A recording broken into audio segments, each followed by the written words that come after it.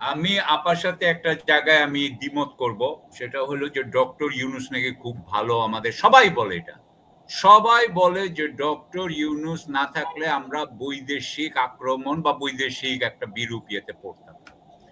বাংলাদেশের এক একটা দেশের কিন্তু পলিটিক্যাল কালচার আমার থেকে অনেক বড় ইয়ে চাপা, আমি আবার থেকে জানতে চাই, মানে এক একটা দেশের পলিটিক্যাল কালচার কিন্তু এক এক রকম। বাংলাদেশে যদি আমরা তত্ত্বাবধায়ক সরকারকে দেখি তাহলে আমরা দেখতে পাবো যে 4টা তত্ত্বাবধায়ক সরকার ছিল যারা জাজ হয়ে আসছে, জাজ থেকে আসছে।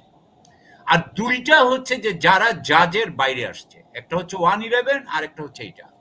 আপনি দেখেন যে যারাই জাজ থেকে আসছে, অর্থাৎ ফখরুদ্দিন আহমেদ আয়শা কি করছিলেন, আপনার ভারতের হাতে বাংলাদেশকে তুলে দিছিলেন, একদম ফখরুদ্দিন সাহেবের থেকে শুরু হয়েছে এটা। আর ইনি কি করলেন, ইনি এসে আমেরিকার হাতে তুলে দিলেন, এবং এখন আপনি জানেন যে এখন নির্বাচন উনি করে উনি ভেগে যেতে চাচ্ছেন, উনি ওনার কাজ গুছিয়ে নিয়েছেন।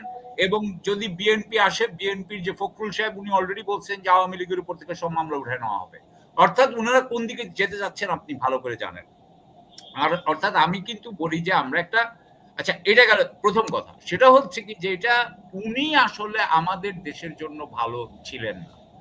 আমাদের দেশের জন্য ভালো একজন মানুষ ছিল, কিন্তু যেহেতু তিনি নিজের থেকে আসেন নাই, যেহেতু তিনি ক্ষমতার শিকার না, সেই জন্য কিন্তু কেউ উনাকে উনার নাম বলে নাই।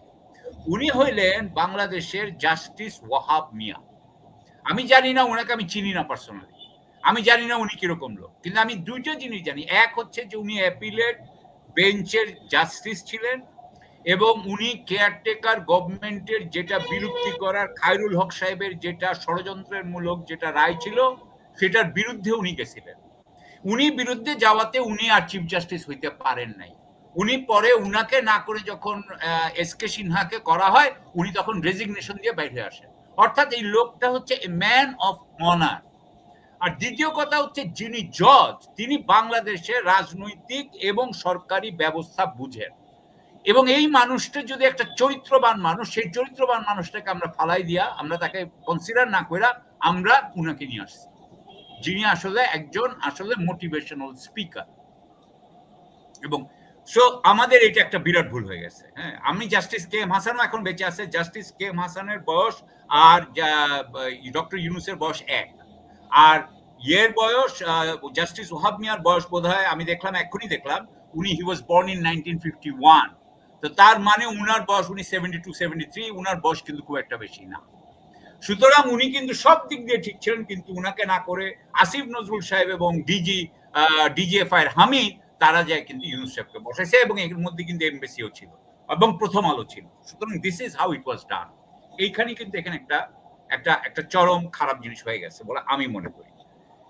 দ্বিতীয় কথা, আপনি আমাকে বলছিলেন যে এটা কিভাবে নির্বাচনটা করা যায় বা নির্বাচনটা, আমার কথা হলো, প্রথম কথা হয় আমি যেটা বলি যে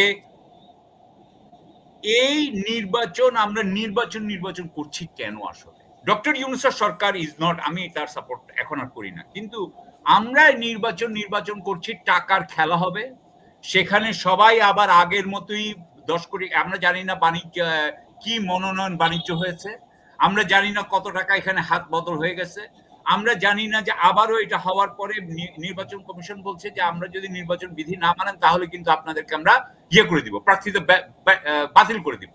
আমি তাদেরকে বিশ্বাস করি না। তারা যে বলেন যে 25 লাখ বা 15 লাখ বা 25 লাখ, যেটা টাকার বেশি খরচ করতে পারবে না, এটা প্রত্যেকেই সেই শর্ত ভঙ্গ করবে, অর্থাৎ বিএনপির লোকরা ভঙ্গ করবে, এবং তারপরেও তারা কিন্তু ইলেক্টেড হবে। যে মুহূর্তে তারা ইলেক্টেড হয়ে আসবে, একটা কথা বলি, যারা ইনভেস্টর হয়, যারা ইনভেস্ট করে, তারা কখনো বলে না যে আমি ইলেকশনে 10 কোটি টাকা ইনভেস্ট করছিলাম, আমি 50 কোটি টাকা কামাইছি, সুতরাং আমি এখন থেমে যাব।